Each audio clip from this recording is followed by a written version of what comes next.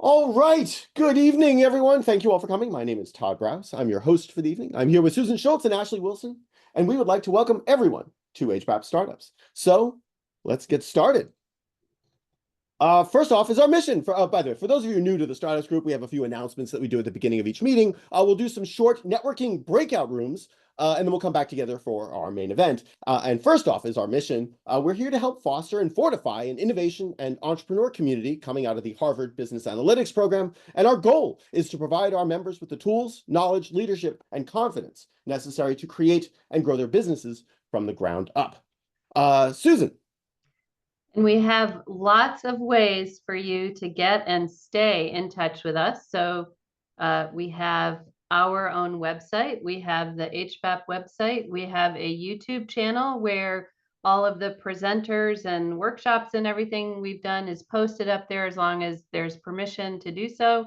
There's a newsletter. All of this is going into the chat for you. So all kinds of ways to stay in touch with us. And of course, bring a guest. Doesn't have to be an HBAPper. Anybody that thinks that being part of this community might be something they're interested in, have them come. And then if you want to have somebody speak to us, let us know. Or if you want to come speak to us, let us know that as well. And then just a reminder that everything gets, the recordings get posted publicly on YouTube.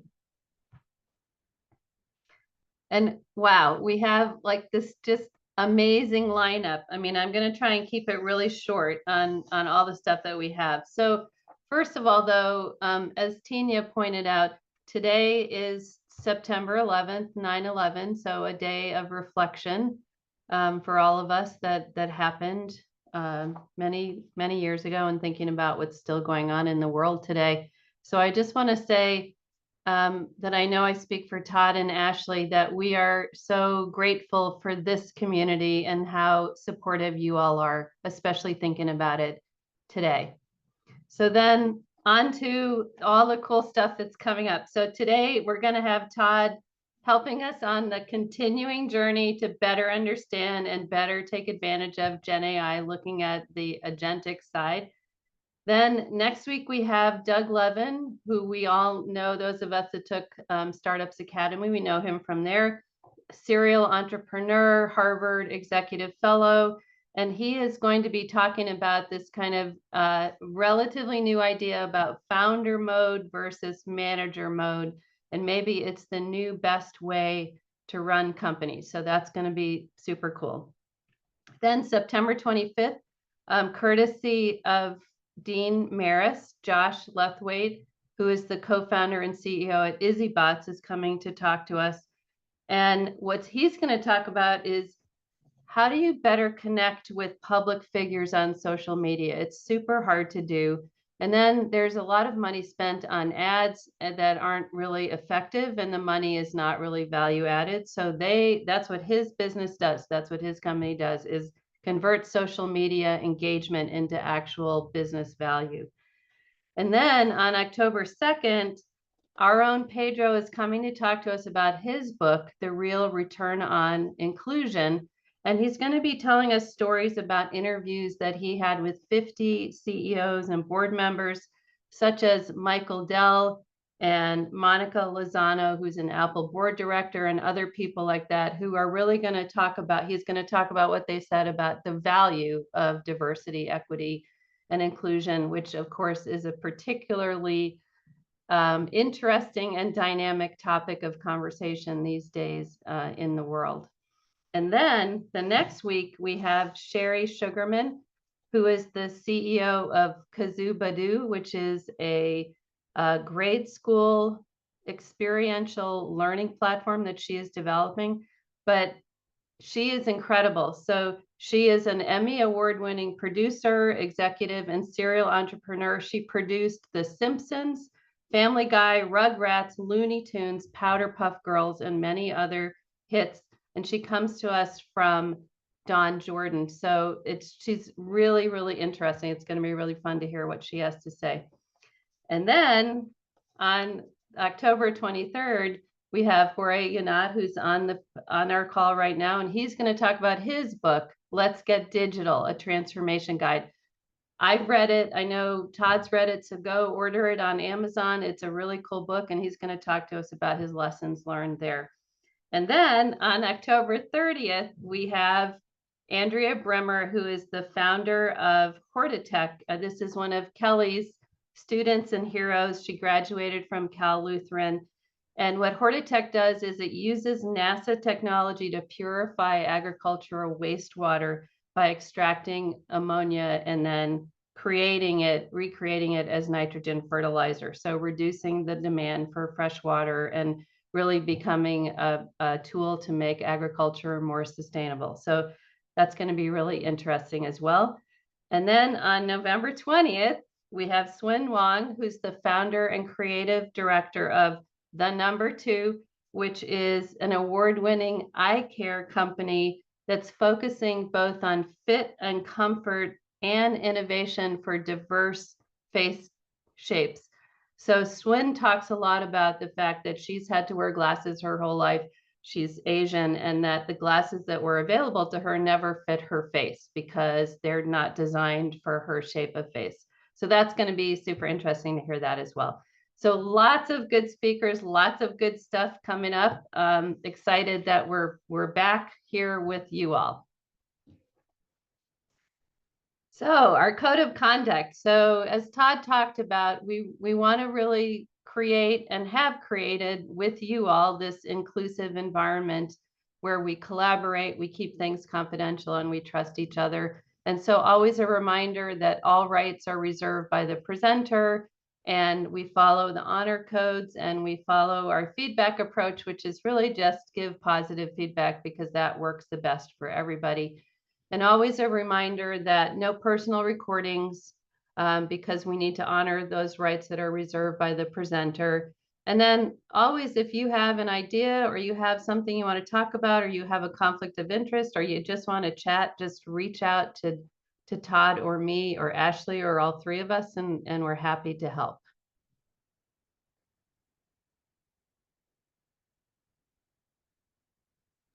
Okay, hold on a sec. I've got a breakout room problem that I'm trying to sort out. So just bear with me. I need a second, and then we'll open up some social breakout rooms. All right, I think I got this working. Zoom, come on. All right. I will see you folks in about 5-6 minutes.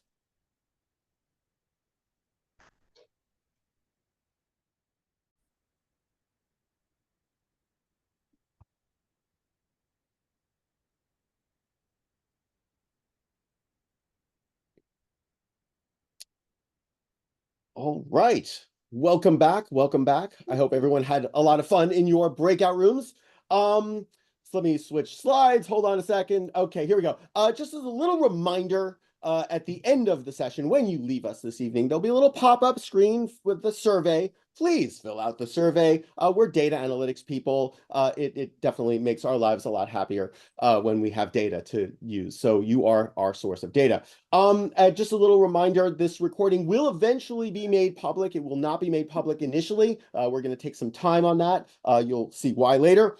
And please do stick around for some overtime afterwards. And we will, let me mute everybody here. Sorry. We got a couple of people who are unmuted and I can't figure out who's unmuted.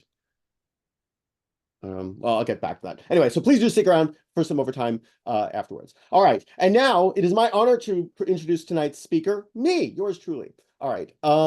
Let me stop sharing and I'm going to switch decks. You're going to have to bear with me a second here while I play with Zoom and Google. Todd needs no introduction. Oh, well, you know. He's our own Todd. That's all you have to say. Thanks, Susan. All right. New slide deck, view, full screen. Let me switch to the first slide in my slide deck. All right. And here comes Agentic AI, the next steps in generative AI. I hope everyone can see this. Just, again, thank you all for coming to this. This is a topic that I've been spending entirely too much time researching and working with. And I do enjoy this. And the goal for tonight's session is to educate you, to provide a general overview of some of the latest tools and technologies and platforms that are currently available and on the market, and to also provide you with a lot of resources for your own additional research. So I have a bunch of links that I'm going to be providing you with throughout my talk. Just a little bit about myself. I will be your instructor, guide, and cruise director for tonight. This is a class that I teach at the School of Visual Arts, all on Zoom. And it's called AI for Creative Strategies for Success. Sarah Fenton's in the audience right now. She's one of my former students. Sarah, thank you for coming. And I'm a serial entrepreneur. I've done a few things with my career. I've been in technology consulting for over 24 years. And a couple of my startups, actually one of my startups is an AI platform. So let me move on. As Susan mentioned this earlier, tonight's September 11th, and I just want to pause and remember that tragic event, 23 years. It's kind of hard to believe I was there for that. And just as a reminder of the resilience of the human spirit and the importance of unity in face of that adversity. And as we reflect on the past and what's happened to all of us, wherever we're from, just to remind us of all the challenges that we face shaping our future. And the world we live in right now is exponentially changing. It is rapidly evolving. And all of us need to be the leaders who can guide everyone towards peace, prosperity, and progress. And we're going to be talking about Agentic AI today, and this is the latest and greatest in technology. And we have to also keep in mind how these technologies can be used for good and for evil, and you know, a future that's rooted in collaboration and understanding and innovation. And we have to ensure that the mistakes and tragedies of the past are not repeated, but we have to learn from them and forge ahead together. So thank you all for indulging me on that. A little bit of context for tonight's talk. You know, again, we are talking about, you know, agentic AI. And I always have to go back to Kareem Lakhani. I know, sorry, folks. I'm going to quote him. I start almost every single one of my talks and presentations with a quote from Kareem Lakhani. The marginal costs of cognition and creativity is dropping to $0. And what exactly does that mean? That is the question that I ask my students every single week. And I've created this almost more than a year ago now. I've created this slide that kind of goes towards explaining it, so I'm not going to do it now. But I do want to point out that there's been a change.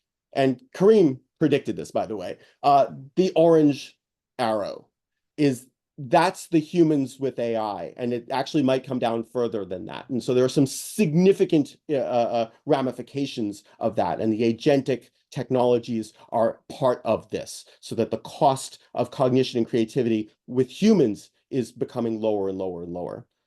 This is important. And so there are a number of big micro and macro effects happening with artificial intelligence, and these are some of the chapters of the book that I'm working on right now. And the big four are augmentation effects, replacement effects, transformation effects, acceleration effects, and a whole long list of other effects. And I'm looking at this, and I think like a couple of those interaction effects and collision effects, those are going to be merged into a single chapter. But one of the fun ones on this are the whiplash effects, which we're not going to talk about tonight, but these are the things that I've discussed in this group in the past. Keep them in mind as we go down this rabbit hole. And there's a lot of hype going on. And you can't talk about hype without showing the Gartner hype cycle. And right now, what we're talking about tonight is this innovation trigger of multi-agent systems. And I'm going to ride this. Okay, by the way, this was published July 31st of 2024. And this is just all about artificial intelligence. There was something else that I wanted to say about this, and I'm drawing a blank because I didn't put it in my notes. But one of the things that has been observed from this is a great article by a guy named Steve Pettit. He talks about this never-ending peak of inflated expectations. And this is a ramification, I believe, of an exponential world of exponential change. So something to keep in mind. I thought this was a great article. Actually, I'm going to see if I can copy and paste. I better get practiced on copying and pasting because I've got a lot of those. So it's hard to predict where we're going to go. So anyway, a couple of prerequisites, a few things that folks need to understand before we go there. And most of you have already seen this, a little small clarification of the vocabulary. You've seen a diagram like there are versions of this everywhere. This is mine. And there can be confusion in a lot of the terms and the vocabulary that gets discussed when it comes to artificial intelligence. So as leaders, we need to be aware of this confusion in vocabulary. And I want all of us to try, myself included, I need to take my own advice, try and use the proper vocabulary when we're describing this stuff. So artificial intelligence, this is the big umbrella. It's the catch-all term. It's misleading. And again, this is the mimics the intelligence and behavior patterns of humans or other living beings, reasoning and behaving intelligently and learning like humans. Machine learning, ML here, is a subset of artificial intelligence. And this is about focusing on developing algorithms where computers can learn without being explicitly programmed to do something. You've heard the term training a model from a data set. That's the machine learning universe. The deep learning, this is again a subset of machine learning, and this is the deep neural networks. This is what everyone's kind of starting to drool over. This is the self-driving cars and ChatGPT and Stable Diffusion. These are based on the artificial neural networks. Think of your brain's neurons and so on and so forth. And then the data science, which is, like I like to think of myself as a data scientist as well. This is the cross-disciplinary field that uses all of the above. And again, hacking skills and math and expertise. So keep in mind that these are different vocabulary terms that are important, machine learning and AI. And now we're in this new era of generative AI and agentic AI. So if you're speaking to someone, and I had this conversation last week, if you're talking about k-means clustering or cosine similarity or support vector machines, you are in a machine learning universe. So please use that vocabulary carefully. Don't refer to that as AI, is my suggestion, is my advice to this community. Focus on calling it machine learning, because then everyone who knows what you're talking about will actually understand what you're talking about. The generative AI universe here, again, this is the spectrum of AI. This is the deep neural networks. These are the diffusion models. This is the large language models. This is the stuff that when you ask it to, ChatGPT is going to provide you with some information, some output. Okay. Then the last one here is the agentic AI, and this is what this is the future. This is today. This is what we're dealing with right now, and this is the autonomous agents that we will be discussing tonight. So yeah, there was something else that I wanted to mention here, but I'm gonna forget about it. If we have questions about some of these things, I'm sure some of these little bubbles here people have never heard of before. They're all fascinating. All right, so agents, agentic AI and agents, and we're not talking about, I should have put a matrix slide in here, Agent Smith. No, agents currently suck. They're not very good. I mean, they are good, but they're not that good yet. And this is as bad as it's gonna be. Let me do one other thing here. Hold on a sec. Oh gosh. We might have a problem. It looks like Zoom will not let me share my audio. So I'm gonna see if we have to pause for a second, folks. I'm so sorry. Share sound, and this is new. Zoom. Let me know if you cannot hear my audio when this Hey, gets Todd, shared. just while you're doing All it, I saw an example 2 nights ago where in 15 minutes, I'll put the link into this guy. I just love him. He's an Australian guy, so not quite as good as a Kiwi, but that's okay. But the bottom line is, though, he was able to show multi agents talking to each other, and he did that in 15 minutes, and it was Nice. pretty impressive. So, and he was using free llamas and, the llama Oh yeah. meta. It was really, really impressive. So sort of when you say they suck, I'm going to slightly challenge you on it. I think No, they're no, getting no. better and better real quick. Oh, Dean, yes, they suck, but they don't really suck. They're just, it was a joke. Yeah. That's Todd Okay. humor. Sorry. Like, because there's a lot of discomfort in like agents are taking over jobs. Yeah, they are, but they kind of suck. And this is an opportunity, and we'll talk about that in terms of strategy. All right, so I think I got my audio working, but yeah, Dean, they don't suck. In the next year, you hear this? You're going to see very large context windows. Yep. Agents and text action. When they are delivered at scale, it's going to have an impact on the world at a scale that no one understands yet. Much bigger than the horrific impact we've had by social media, right, in my view. So that was Eric Schmidt, a little snippet of him talking about this. By the way, this was the presentation that he gave at Stanford that was pulled down because he said some things. Yeah, thanks, David. He said some things in this presentation that he probably shouldn't have. But so watch that entire video if you have time. It's fascinating. Okay, so here's another one of a short one of Sam Altman. I've got two of Sam. You can. I am worried just about, so even though I think in the short term things change less than we think, as with other major technologies, in the long term I think they change more than we think. And I am worried about what rate society can adapt to something so new and how long it'll take us to figure out the new social contract versus how long we get to do it. I'm worried about that. And think about that social contract that he mentions. And I've talked about that in the past. You can. Whoops. Next one. Sorry. I think this is the next one. One thing that I think is important is not to pretend like this technology or any other technology is all good. I believe that AI will be very net good, tremendously net good. But I think like with any other tool, it'll be misused. Like you can do great things with a hammer and you can like kill people with a hammer. I don't think that absolves us or you all or society from trying to mitigate the bad as much as we can and maximize the good. But I do think it's important to realize that with any sufficiently powerful tool, you do put power in the hands of tool users, or you make some decisions that constrain what people in society can do. I think we have a voice in that. I think you all have a voice in that. I think the governments and our elected representatives and democratic processes have the loudest voice in that. But we're not going to get this perfectly right. Like we, society, are not going to get this perfectly right. And a tight feedback loop, I think, is the best way to get it closest to right.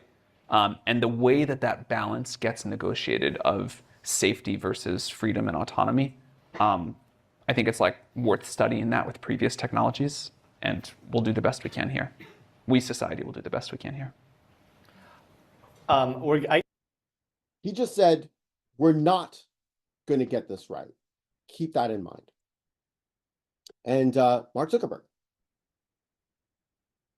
A lot of what we're focused on is giving every creator and every small business the ability to create AI agents for themselves, making it so that every person on our platforms can create their own AI agents that they want to interact with. And if you think about it, these are just huge spaces, right? So there are hundreds of millions of small businesses in the world. And one of the things I think is really important is basically making it so with a relatively small amount of work, a business can basically, a few taps, stand up an AI agent for themselves that can do customer support, sales, communicate with all their people, all their customers. I kind of think that every business in the future, just like they have an email address and a website and a social media presence today, I think every business is going to have an AI agent that their customers can talk to in the future. And we want to enable that for all of those. So it's going to be hundreds of millions, maybe billions of kind of small business agents. Similar deal for creators. There are more than 200 million people on our platforms who consider themselves creators, who basically use our platform in a way that is primarily for building a community, putting out content. Feel like it's kind of like a part of their job is doing that. And they all have this basic issue, which is that there aren't enough hours in the day to engage with their community as much as they'd like. And likewise, I think that their communities would generally want more of their time, but again, not enough hours in the day. So I just think there's going to be a huge unlock where basically every creator can pull in all their information from social media, can train these systems to reflect their values and their business objectives and what they're trying to do, and then people can interact with that. It'll be almost like this almost artistic artifact that creators create that that people can kind of interact with in different ways. And that's not even getting into all the different ways that I think people are going to be able to create, you know, different AI agents for themselves to do different things. So I think we're going to live in a world where there are going to be hundreds of millions of billions of different AI agents, eventually probably more AI agents than there are people in the world, and that people are just going to interact with them in all these different ways. So that's part of, you know, that's the product vision. Obviously, there's a lot of business opportunity in that. That's where we want to go make money. So we're not going to make money from selling access to the model itself, because again, we're not a public cloud company. We will make money by building the best products. An important ingredient to the best products is having the best models, which having the best kind of ecosystem around open source will help us do. So that's why it's kind of all aligned for us, and why this is going to end up, I think, being really valuable for us to build the highest quality products that we can, and have the best business results by kind of building out this open source community. But it's also why it's all philosophically aligned, right? We just don't believe that there's going to be kind of one big AI, whether it's a product or a model that everyone uses. We kind of fundamentally believe in having this broad diversity and different set of models, and that, you know, every business and you know, people are just going to want a lot of their own stuff that they're going to make. And I think that's kind of going to be interesting. It's going to be a lot of what makes this interesting. There's another thing. So this was recently announced. Mark Benioff has declared a hard pivot to autonomous AI agents. Actually, I have two links. This was an article from Fortune, and which I believe was in response to everyone's favorite A16Z. They always have something to say. Zuck had so little to say about societal impact. Yeah. Okay. So we talked about, you know, they're talking about these agents in the abstract, and my goal for tonight is to kind of help folks wrap their head around what this stuff is. And I want to start at the basic interaction. Taufik, yes, you've got your hand up. Yeah, a quick question, because I know that agents in the area of simulation has been on for several years. So what's new? Is it combining with AI that's making it different, because it's been around for so many years, centuries, or yeah, or Not this thereabout? type of, I mean, I'm not sure what you're defining as an agent in terms of an AI, a generative AI. Those things are very, very new. They have not been around for long at all. Yeah, because we have a lot of models that a lot of companies use, but what they do is they define the agents based on mathematical models. Okay, And they so give, to me, that they would be give, that would yeah. be more of a machine learning component, and not a generative AI or an agentic AI. So we're in a different universe, actually.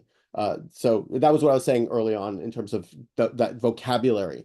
But I do want to focus on this basic interaction of a human interacting with a large language model. And when you just sit with ChatGPT, or you're sitting with Microsoft Copilot or Claude, and you ask it, you prompt it, you have a conversation with it, and you get an output, you get some result from this. This is the most basic interaction of a large language model. And by the way, you might have seen this in my previous presentations here, but there's some guidelines. You know, tell ChatGPT, imagine you are a professor at a university, and this is your goal, and you give it some instructions, and you tell it to, let's think step by step. These are like magic wand, Harry Potter magic spells to get these technologies to give you better responses.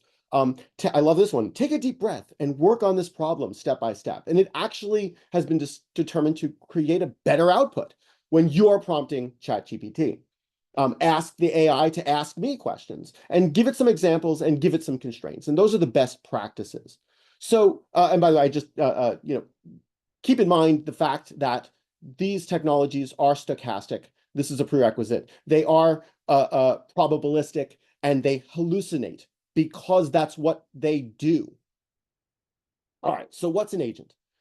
An artificial intelligence agent today, and Taufik, this is how I'm describing, this is how I'm defining this. It's a software program that can interact with its environment. It can collect data, and it can use that data to perform, and this is important, self-determined tasks to meet those goals. So humans will set the goals, all right? But the AI agent independently chooses the best actions or tasks that it needs to perform to achieve those goals. So, I have an example here, but a call center AI agent wants to resolve a customer query, so the agent will automatically ask the customer different questions, look up the information based off of internal documentation, and respond with a solution. This is the modern chatbot that I'm describing here. And based on those responses, the AI agent will determine if it can resolve that query itself or pass it on to a level 2 human. So, and what's important to understand is that they are rational.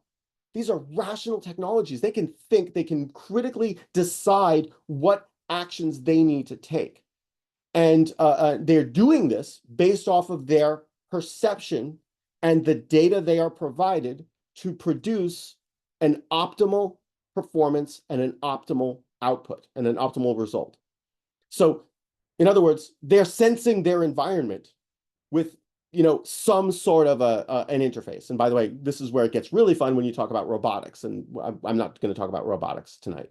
But there's this goal orientation and a mission orientation that is now possible for all of us to play with. Swapnil. Hi, Swapnil. Hey, Todd, I thought the one key defining feature, right? What's the difference between a bot, the chat bot that we all know, versus an agent, the AI agent, is the agency to take action, right? It's the not just chat, but actually take action. Isn't that the defining feature of an agent, the AI? It is. And so where it can actually plan, it can execute, and well, I mean, this is learn, and it has a memory, and it has feedback loops, and it has access to tools, and it can execute actions. And that's the fundamental universe that we are currently living in right now. And this is hemorrhaging edge technology. It's so exciting. I don't know what to do with myself sometimes. Okay. Like, I don't know if that's clear, if that's coming across. Now, there's a double-edged sword to this. It can be very scary. Taufik just put agent-based modeling. Oh, okay. Yes, that's a simulation. Exactly. I would put that more in the machine learning side. And what we're talking about is a completely different universe. But thank you for that. Now I understand what you were referring to. Yeah, like there's Monte Carlo based simulation. Perfect. All right. So use case, I'm using agents to build my SLM bots for daily work. Perfect. So I have more notes here, but I'm going to move on looking at the time. All right. So here's another slide that kind of builds on top of those previous ones. So if you've used Microsoft Copilot or Perplexity, or even a few of the OpenAI personal GPTs, which is just confusing from a branding perspective, they have access to tools. And some of those tools have access to a memory, but it's very limited. More often than not, that memory that they have access to is the context window. Little technical side journey here. When you're talking to ChatGPT, you're having a conversation. If you close that window or delete that conversation or start a new conversation, it has very little memory by default of that previous conversation. Recently, I guess in the past 6 months or so, OpenAI added the feature where it will keep track of, I think it's a pro feature, I'm not sure. It'll keep track of your conversations. It'll add it to its memory about you. So I'm having conversations with ChatGPT. It remembers that I asked it to help me write a birthday card for my nephew. Now, it's not relevant to the fact that I'm asking it about Agentic AI and I'm doing research with ChatGPT, but it still remembered it and reminded me about something. And it was like, no, I had to go in and I had to delete that memory. So the agents themselves it is limited, and you can see it. Yes. The memory that these tools have, it's within the chat window, is the primary context window, I should say, thing here. Now, beyond the context window is where the agents really start to shine. You've heard us discuss technologies called RAG, or retrieval augmented generation, or a vector database, or a graph network. Those are it's a RAG, and I mean, it's really RAG, and there's graph RAG. But using a vector database or using a graph network is a way to provide a large language model additional information so that it is the ground truth. It is like, hey, you have not been if I asked a ChatGPT, if I asked GPT-4o, the large language model itself, the LLM itself. Tell me about what it thought about the most recent presidential debate. It's going to hallucinate all of it. It has no knowledge, it has no ground truth about that thing that occurred, 24 hours ago. So if I were to provide it with, say, a list of articles, a list of the transcript, a list of the questions in the context window, then it could process this. And so that retrieval augmented generation, that RAG, provides the ground truth to the large language model to provide me, the user, the person who's prompting, a better result. So it's and what's really fascinating here is that you get this additional reasoning, this autonomous component, and it doesn't need constant human assistance or input, and it can autocorrect itself. Its most basic concept of an agent.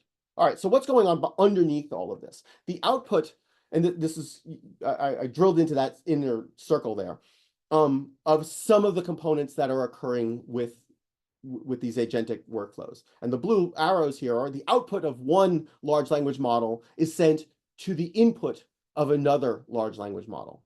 And they're having a conversation with each other. Now, I, as the human in the loop, so to speak, I can architect a system that is fully autonomous. I can architect a system that will ask me questions throughout the process and check in with me. But I can also, again, I can replace myself through that entire process depending on what it is that I'm doing. These are superpowers. Garrett posted another use case for large-scale SAP and other ERP implementations. There are certain tasks that simply take a lot of work, sometimes routine, especially with testing. Very recently, I've been seeing the mechanisms to leverage proper business data with agent-type authorization. Yeah, this is that you're going to see huge changes in the coming weeks as these technologies get deployed. Okay, so this is a slide from a company called Pecu.ai that is part of their documentation that explains kind of how they're working through this. Agents have the inherent ability to reach out to one another and delegate work or ask questions. They also, some of them have access to tools. So an example of a tool would be doing a web search, okay? Accessing an API of another vendor's solution or even your own technology. And then these processes will define how agents will work together, how tasks will be assigned, the interaction with each other, and how they will perform the work that you're asking them to do. And again, these are these subtasks, and the tasks can override an agent tool with specific ones that should be used and also have a specific agent tackle them. And then ultimately, this is an iterative process that these agents are all collaborating on, and I love that word, to provide you with a specific outcome. These are superpowers. And like this, the documentation of this, like this is Pecu.ai is, I have another slide on Pecu, but like these are programming technologies. This is like, you're going into Python, folks. But you define the role of each of the agents. You define the goals of each of the agents. You provide the backstory. So think about that. Okay, what's the backstory of an agent? Humans have backstories. Agents now have, these technologies now have backstories. Yes, exactly. Because of the fundamental way that these foundation large language models work, you provide it with its role. You provide it with its backstory. You provide it with the context of what it's trying to do, and you're going to get a better response out of that. You can also use different large language models. You can use GPT-4. You can use agent your reviewer number 2. Yeah, right, exactly. And but inspire it, David. You got to inspire it. You'd be like, hey, I know you're reviewer number 2, but you've got this great backstory. You've lived a great life, and if you do a good job, I'll tip you $10. Like that works, by the way. Anyway, so I had other notes here. So the tools, the function calling, there's a whole bunch of other stuff that you can configure within these parameters. Okay, so this is a slide, and I have another slide on AutoGen. This is from Microsoft, and Microsoft has a competing agentic framework called AutoGen, and this slide kind of shows the different customizations and the different tools that each agent could have. This one has access to OpenAI, and this one has access to the human and some tools, and this one has access to Python and other people. The agents can have conversations with each other, multiple agents. And then these flexible conversation patterns, which you, as the agent architect, can design into your use case. So there can be a sequential chat. So if you know, based off of what you're trying to build, there's an order of operations. Don't start collaborating when we've got these 4 steps that occur in order. Just get through the 4 steps. Because if you start having a conversation around the water cooler, nothing's going to get done. Damn humans around the water cooler. So if you can define your process in a sequential order, this is a good way to do it. Other things can be nested. There can be a group chat, which is, and this hierarchical chat. So the hierarchical chat, the use case that I've been playing with is, imagine you are an advertising agency. Oh my God. And then all of a sudden there's one person and that team of people that's responsible for everything. They are the executive producer, for lack of a better term. And you can create that hierarchy of control. Garrett said, I didn't think of business opening up their agents to each other. Wonder what it will do to traditional APIs. And if from a strategic perspective, that's a great question. Oh man. Yes, everything that you do should have an API. Listen to Jeff Bezos with AWS. He did it right. Anything and everything that you build right now that has any level of automation should have an API with it. Stay for overtime, which sequentially occurs after the talk. Yeah, damn it. Cross-platform agenting rocks. Love it. All right. So that's the basics. Now, one of my heroes, Andrew Ng, I'm going to play. This is a little long, so bear with me. Next presentations. So AI agents, today the way most of us use large language models is like this, with a non-agentic workflow where you type a prompt and generates an answer. And that's a bit like if you ask a person to write an essay on a topic, and I say, please sit down at the keyboard and just type the essay from start to finish without ever using backspace. And despite how hard this is, LLMs do it remarkably well. In contrast, with an agentic workflow, this is what it may look like. Have an AI, have an LLM, say, write an essay outline.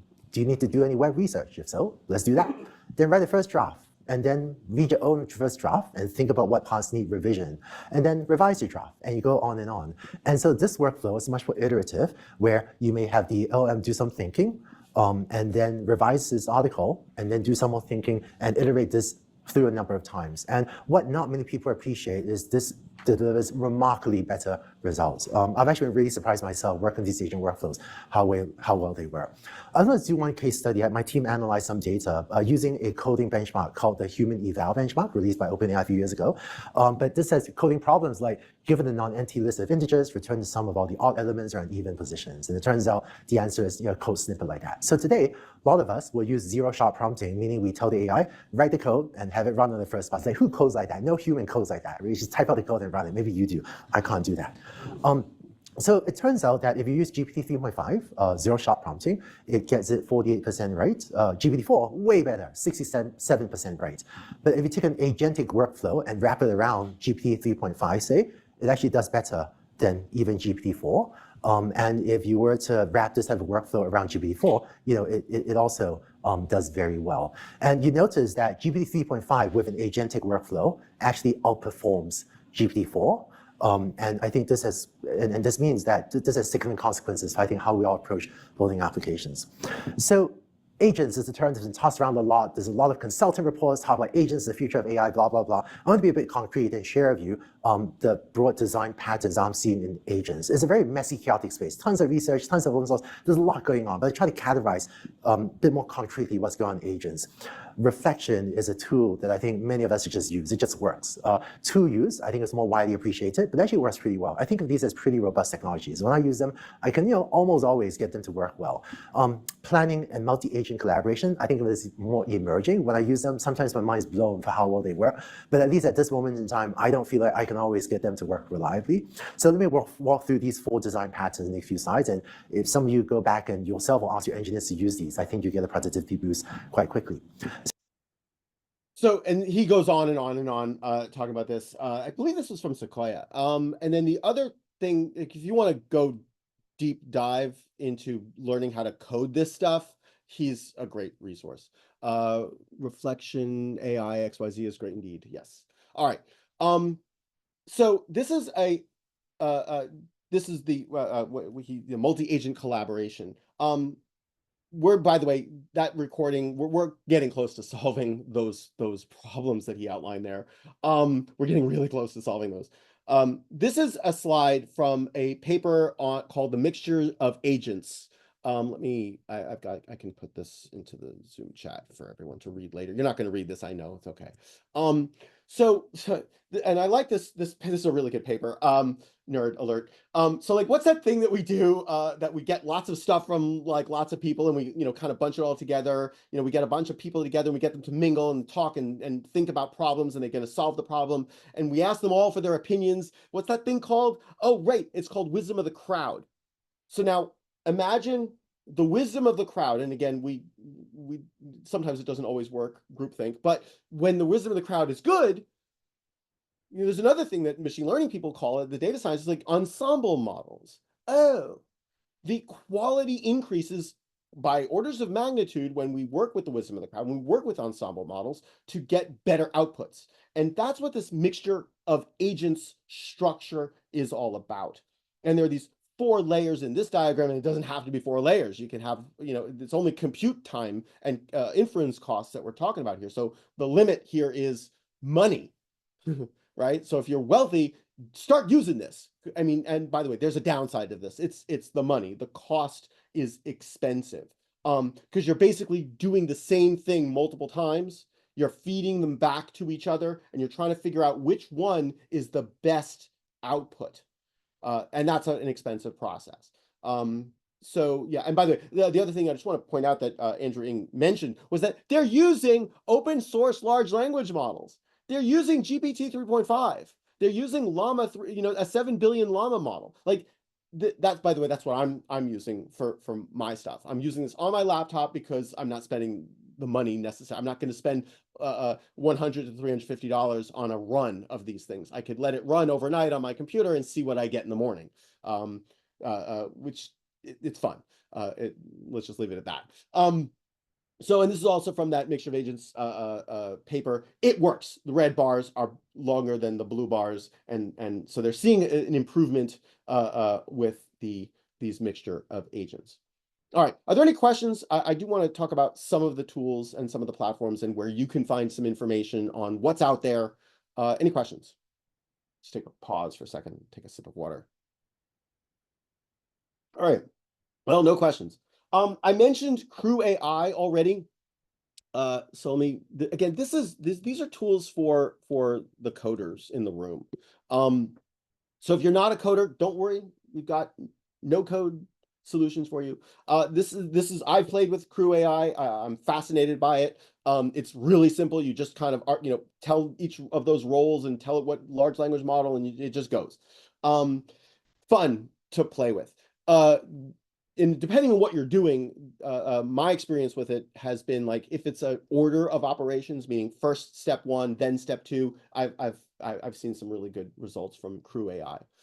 The other one that I mentioned earlier is AutoGen. This is another open source programming framework. This is from Microsoft.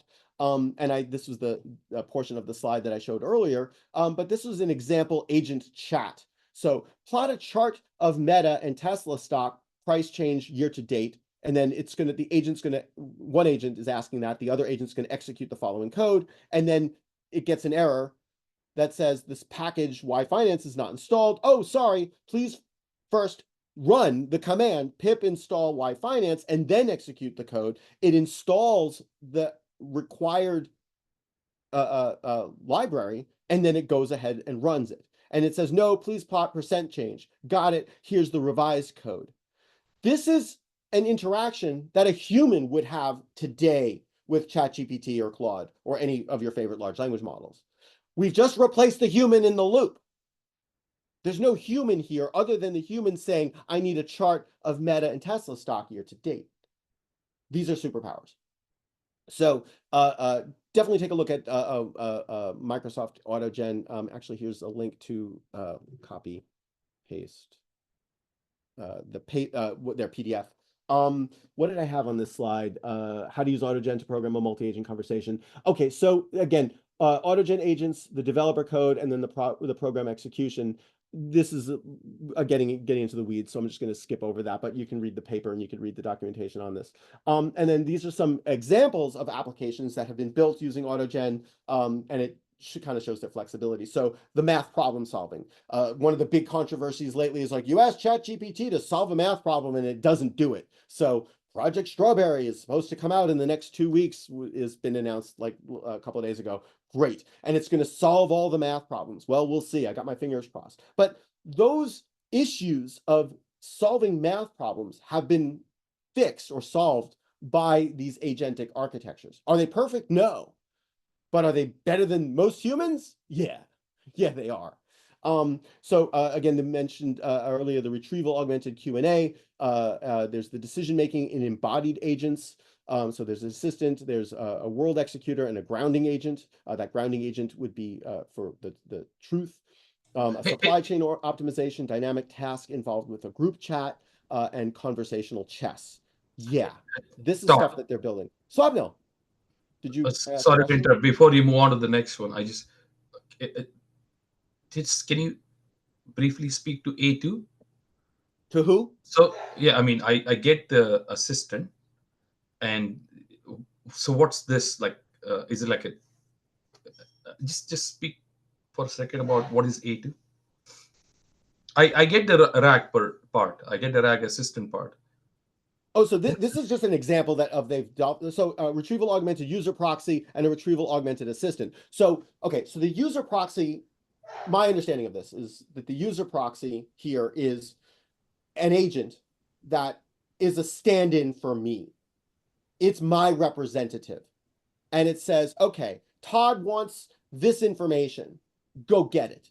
And the RAG assistant is the agent that's going to go get the information, report back to my proxy, and my proxy is going to make sure that is this really what Todd wants? Yes. And then it's going to move on to the next step in whatever it is that I'm asking for. Does that make sense? So like a great example of that would be, I want to do some scheduling of a time for an appointment with Todd. I'm going to tell my agent to go talk to Todd's agent, and they're going to figure this out together based on their understanding of each of our own schedules.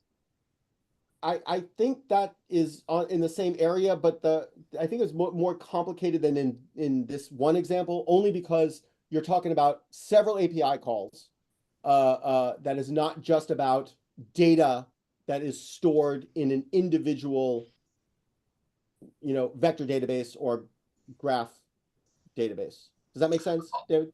Or Todd, can I think of this like, I have a RAG-based chatbot, and then I have another chat bot or assistant, what do you want to call it, who acts like an auditor. So before I get my final output, it goes to a 1-hour review.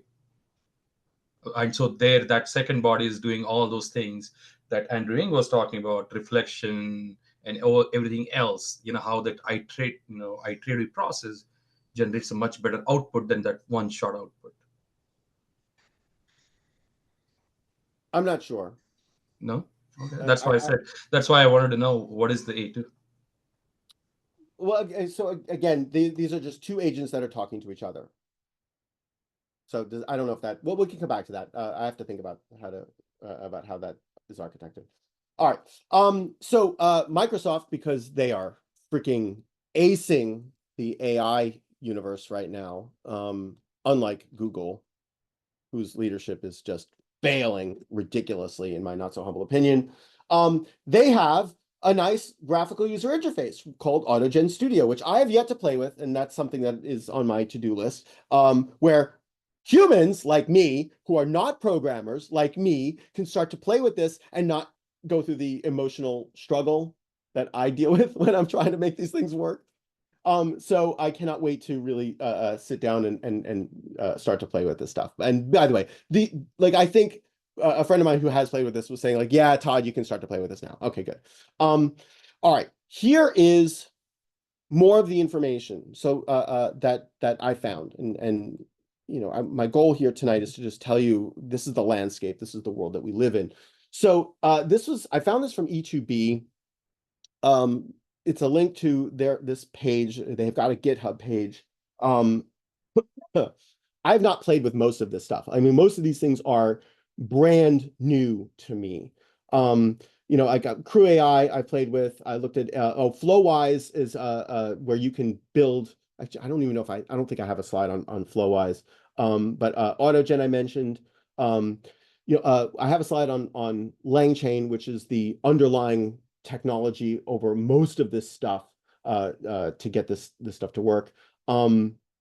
But coding, I have a couple slides on that. Productivity. We was talking to someone earlier tonight about finance. Okay, one of the things that we're working on is like, let's create an AI for finance, an agent for finance. So there's a whole universe here that you can start to play with. Mafe, chat Mistral.ai is free. Claude AI, Project GPT, ChatGPT-4, Microsoft AutoGen, and Google Vertex. Yes, those are a bunch of low-level coding-based solutions, cloud-based, so that you can actually build a lot and automate some of these things. And also, like, the other thing I should mention when it comes to this landscape is, what are you doing? Are you working to solve your individual personal problem, meaning increase your productivity as an employee working for another person or another company? Or are you the leadership of an organization and you are working on creating new products and services? Are you working on optimizing your current workforce? Are you working on replacing your current workforce? Are you working on augmenting your, so there's all sorts of different use cases for all of these technologies. So, what should you use? Well, it depends. And then I found this from Agency or Agents, I don't know what it is. I'll just put the link in here. This is a spreadsheet. Take a look at this. There's two links in here. Hold on. It's read only, so I found this on the interwebs.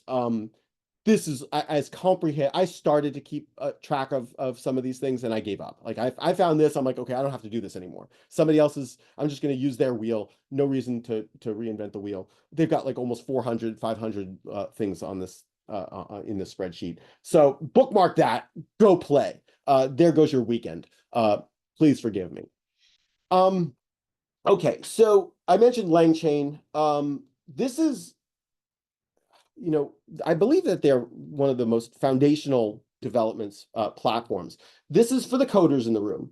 So if you are programming in Python, any of these agentic things, you're going to be using LangChain. Look, you don't have to use LangChain, but you're going to use LangChain because it's just, they've made so much of the underlying stuff so much easier. I played with LangChain. It's beautiful. They also have LangGraph and a new studio that helps you architect how these flows work. Okay, so that's LangChain.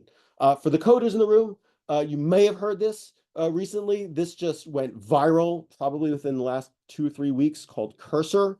This is a coding environment that you could download and run on your computer that's basically going to just do all the coding for you. Basically, you still need to code. You're going to get some errors. You're going to have to prompt. You're going to have to ask the AI to fix these issues. And you're still going to have to be the systems architect. You're going to still have to know what it is that you need done to be able to tell the AI. If you're a coder, Dean, I'm looking at you, man. You got to take a look at this. This is freaking beautiful. Aider, this came along before Cursor and Devin. This should be just a little thing here. The command line stuff, make a web page with our planets orbiting around the sun in 3D, blah, blah, blah. It writes the code. And then would you like to create this file? Yes, it does. And then there it is. Like, that's the world we're living in. Now, this is a basic example of Aider. Cough, cough. It's like GitHub Copilot, but better, much, much, much better. And so, when they were released on their webpage, they SWE Bench is a a benchmark for coding solutions, and they've done really well. And actually, there's a newer one that's a code story aid plus mixed models, and they're right now they're at an 18.9% is AIDR. The latest is at 43%. I checked that earlier. It's like, oh my gosh! So huge advancements in when it comes to developing these things. Why is this not working? Come on. Okay. SWE agent is actually one of the first ones that could create the code. This is from Princeton. It's all open source, so you're not paying somebody to build your own stuff. I'm more on the open source universe personally. What else? So Devin, this was another thing that went viral. I have not seen Devin other than just a couple of videos on the interwebs. This is, SWE event. Like there's SWE agent came first. There's another one that was before this. They now have Open Devin. Yeah, well, that Open Devin is a competitor because someone's like, y'all stole our code. We're just going to do it, and they raised money. Great. So smart, opportunist. So okay. This is for those of us in the room who want to just automate the stuff that we do on a daily basis. There are 3 great platforms. The first one is Zapier. It's been around for decades. I don't remember how long Zapier's been around for. Just workflow automation. Zapier is number 1. Make.com is number 2, and N8N is number 3.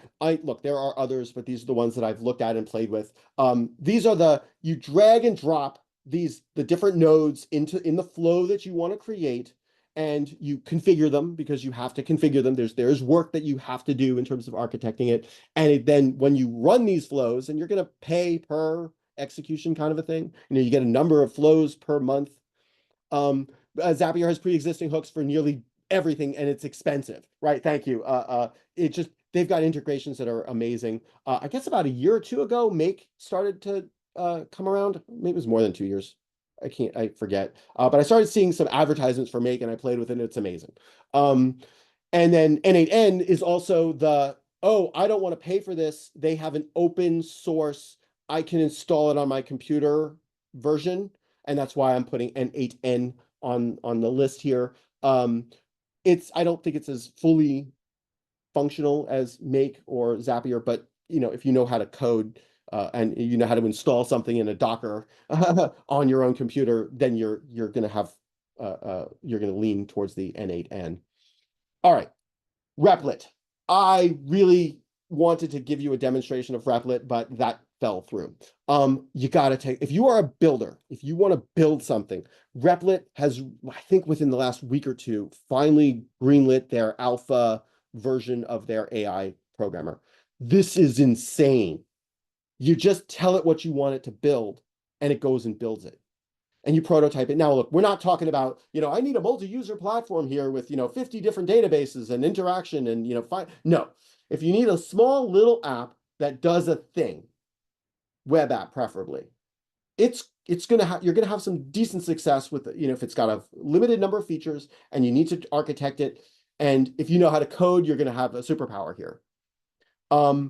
Take a look at this. This is jaw-dropping technology, and it's agentic on the on the back end. They're just building the code for you. Highly recommend this.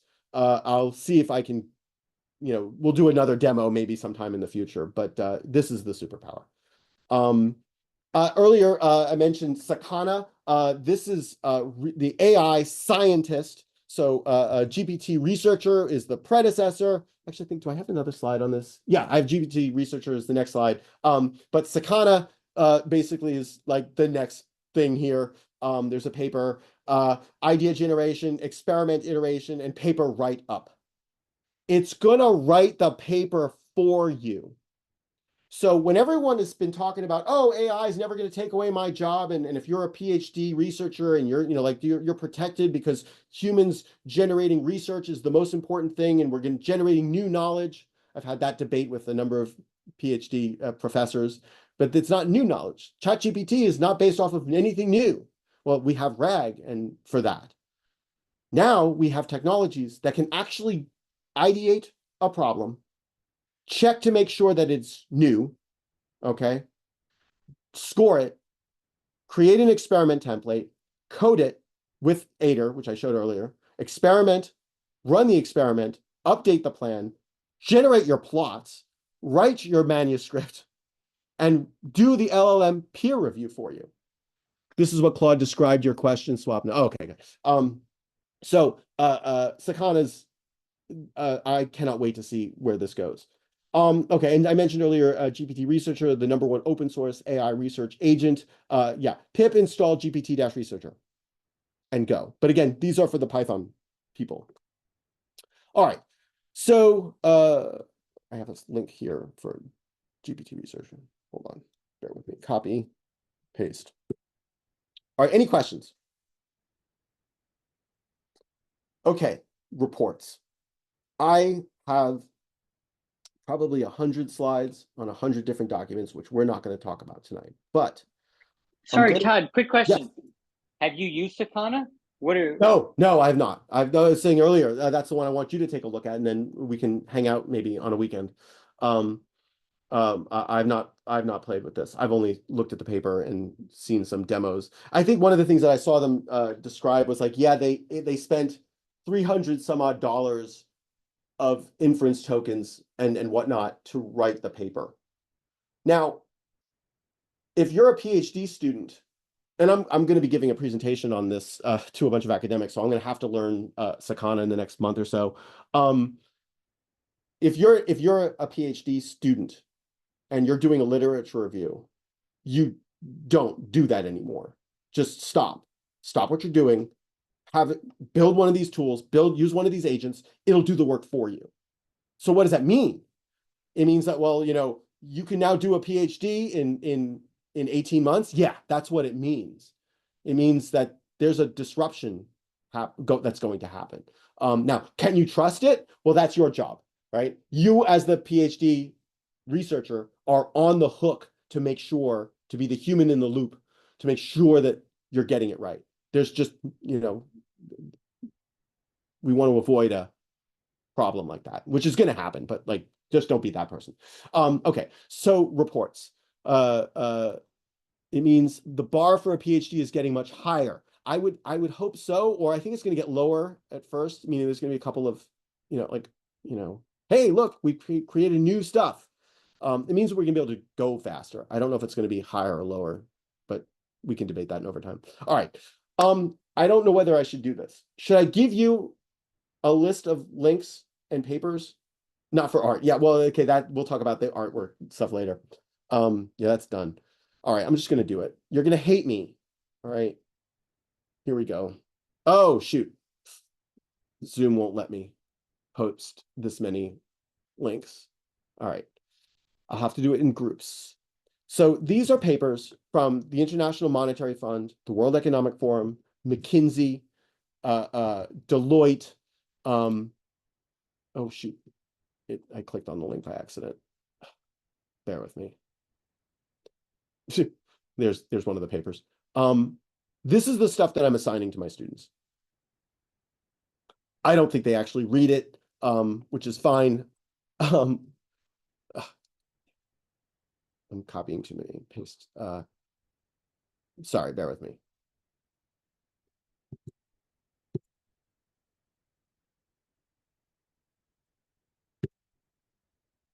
Okay, so that was the Edelman Trust, Geeked AI.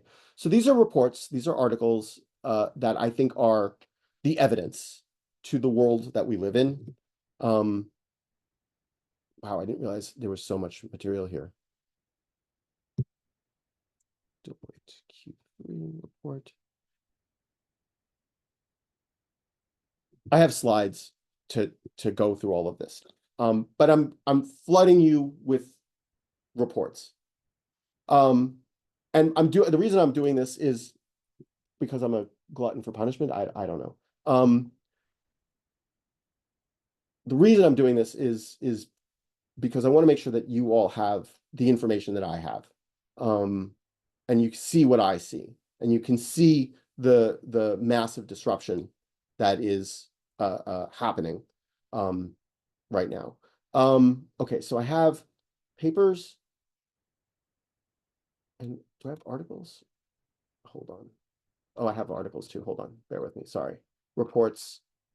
Now imagine the API can also call out to Fiverr, yes, and TaskRabbit and Mechanical Turk. So that, yeah, that's exactly right. Right now, you can do that. So this is trivial. Like you just have to give it your credit card. You have to set up the account and use the API. That's the world we live in right now. And those tasks can now be farmed out. And this is for overtime, but imagine now these agents have access to your wallet, your credit card, or your Bitcoin. Okay. Coinbase is now allowing agents to trade in Bitcoin. So agents can now do work. And who's the beneficiary? This gets complicated. Swapnil, you got your hand up. Let me, while you talk, I'm going to copy and paste some more stuff here. So Todd, in the stuff that you copied in the chat, yes, you posted 2 sets of papers. Well, 3, as I can see, right? So there are one set of paper. I think looks like they're optimistic about all the power and the transformative power of the AI. And I just noticed there were a bunch of at least 2-3 papers saying, I think things are scrolling up very quickly. Like too much spend for nothing or something like that. I think. So what have you gathered from these other papers? Okay, it's already gone up. What was the question? Okay. So there were 2 sets of papers that you posted. Oh God, the people are typing. It's not staying on my screen.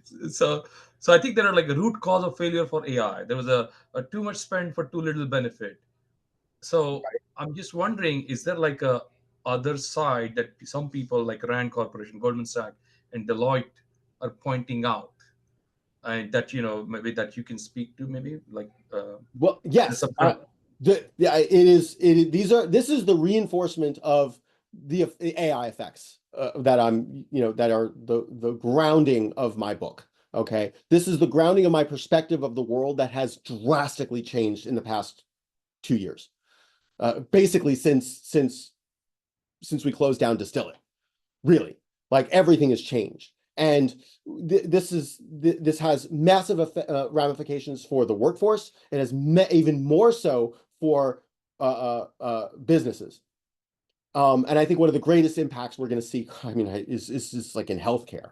Like everything is going to be impacted. That's the nutshell of these reports, and that's why I'm providing you with this information. And I would love it we could talk for days and hours and go through each of these reports.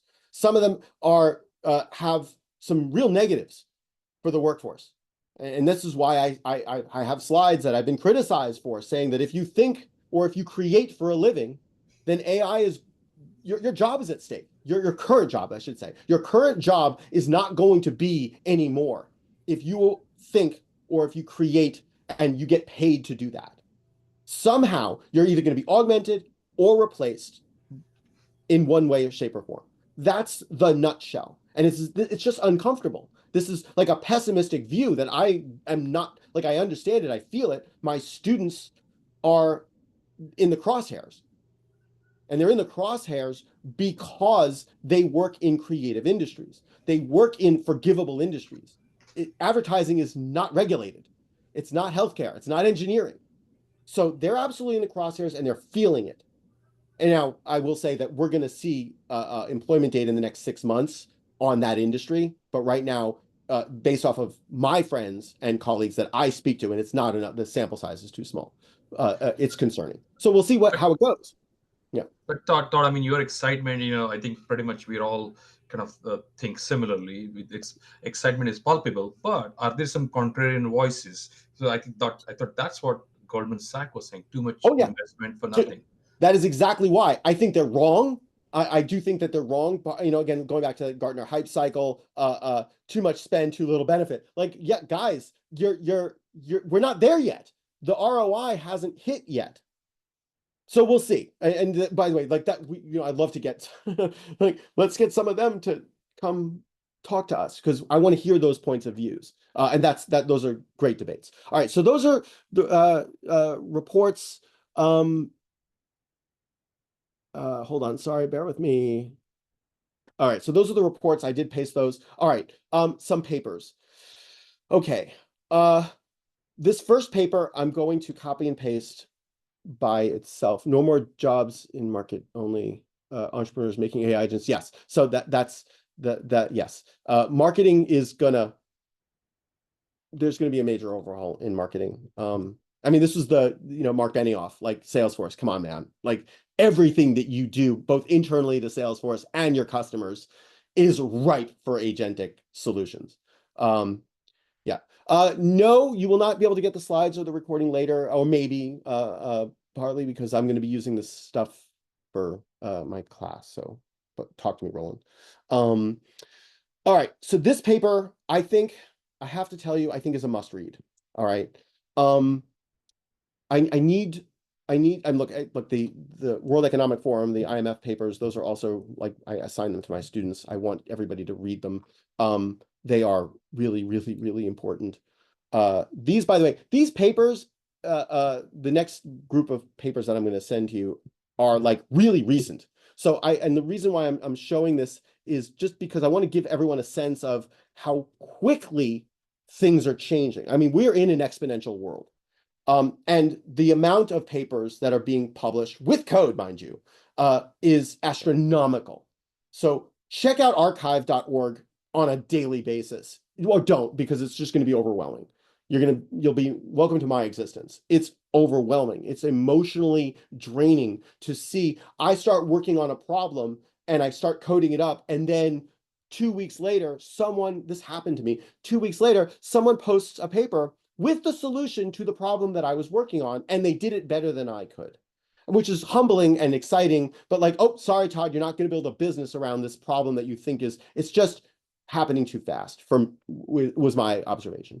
But this scenarios for the transition to AGI, this is an important paper. They analyze how output and wages behave under different scenarios for technological progress that may culminate in AGI, defined as the ability of AI systems to perform all tasks that humans can perform. We assume that human work can be decomposed into atomistic, I can't pronounce that, tasks that differ in their complexity. Advances in technology make ever more complex tasks amenable to automation. The effects on wages depend on a race between automation and capital accumulation. And that this is, if automation proceeds sufficiently slowly, and it's not, then there's always enough work for humans, and wages may rise forever. By contrast, if the complexity of tasks that humans can perform is bounded and full automation is reached, then wages collapse. And we're heading here. This is the other extreme.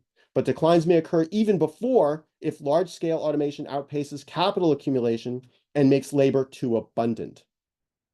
Automating productivity growth may lead to broad-based gains in the returns to all factors. By contrast, bottlenecks to growth from irreproducible scarce factors may exacerbate the decline in wages. This is a must-read paper so that you can understand the extremes of what we're talking about. And here are some of the graphs. I don't know if this is really easy to see, but the green is the money. Okay, the green is the wages, and you'll notice that there's a cliff. There's a down. This is a good option. This is a good outcome, but these are bad outcomes. This is okay. This is where we are. All right. So how do we get here? So if these technologies are not getting any better, okay, that's what we got here. If we get to AGI to replace the workforce, as I believe we are, and that's people are like, Todd, you're a pessimist. No, I'm not a pessimist. I don't want to work. Okay, like I want to make art. I want to have fun. I want to go out and drink. I want to travel the world and go and hang out with all of you. I don't want a job. I want to create.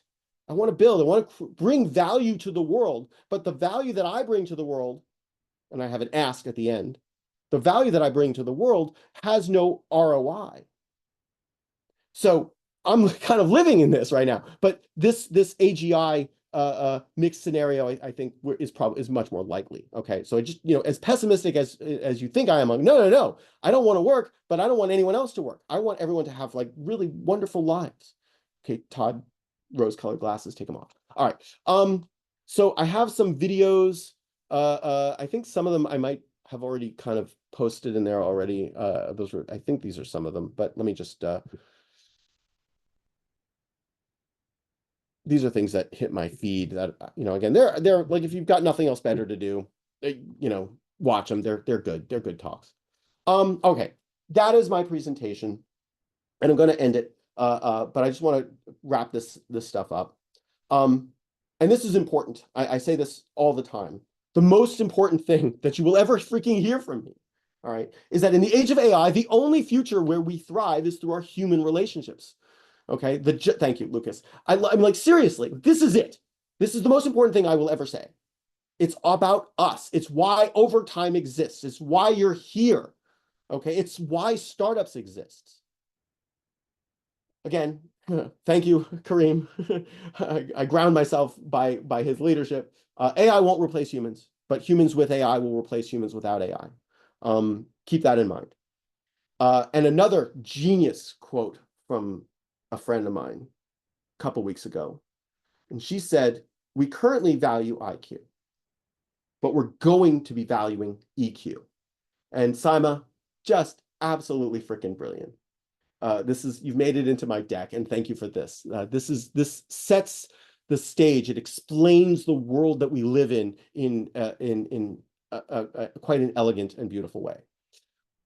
And again, I said this: if you think or create for a living, then your current job, what you do today, will eventually be replaced by a human with AI.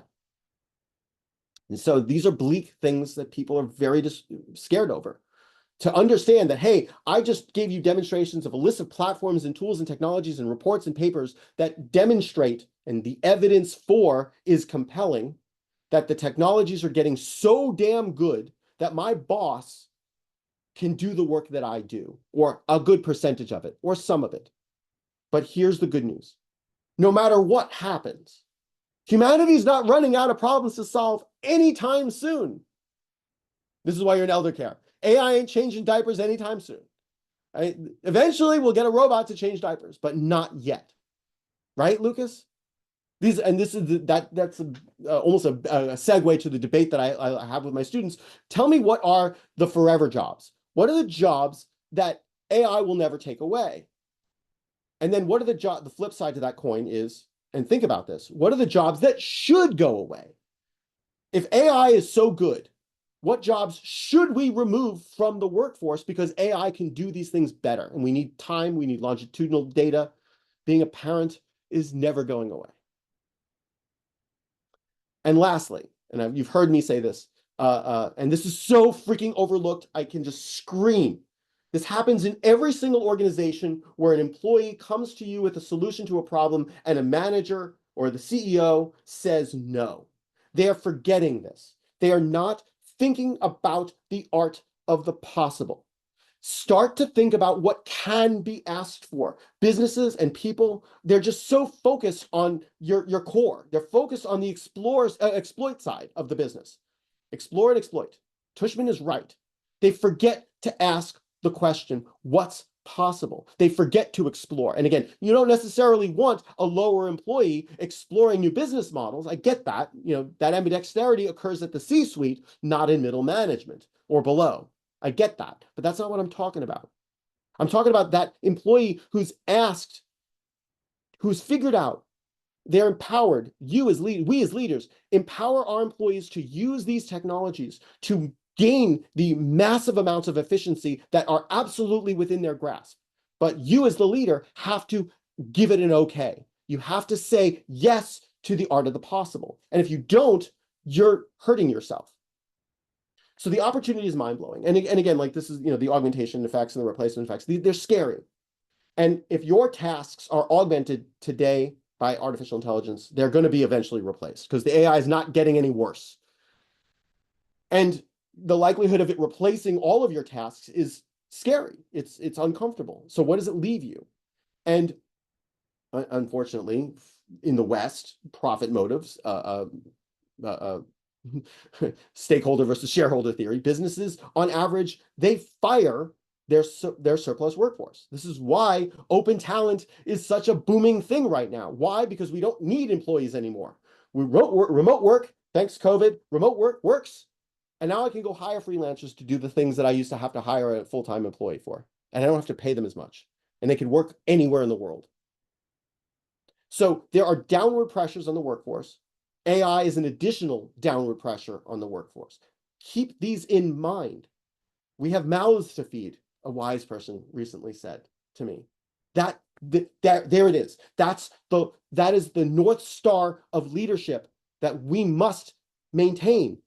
If we forget that, we're all in trouble. And again, the art of the possible. Businesses and people, we have performance gaps and we have opportunity gaps. Hashtag Tushman, okay? These are the wish lists that we have. We wish we could perform better on this one thing. I wish I could go after that business. This is what we can now do when we start to deploy generative AI and agentic AI in the workforce.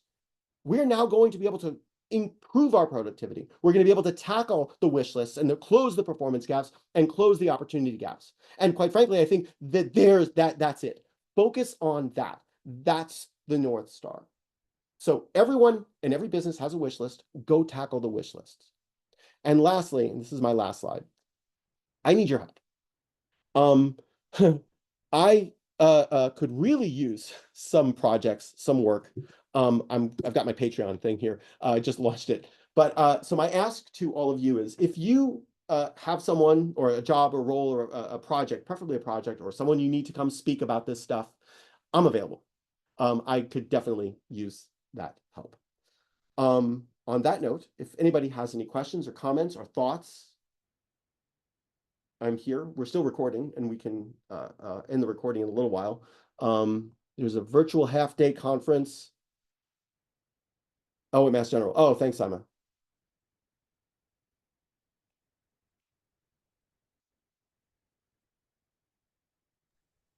So I hope this was useful. That was awesome. That Thank was you. incredible. Wonderful. Yes. So thank you, Lucas. So the next time, I think what and again, I didn't give any demos because everything that I can show is code-based at this point. I can't, I don't necessarily feel that I want to show you a specific piece of technology. It's funny. Philosophically, I don't teach my students any one tool.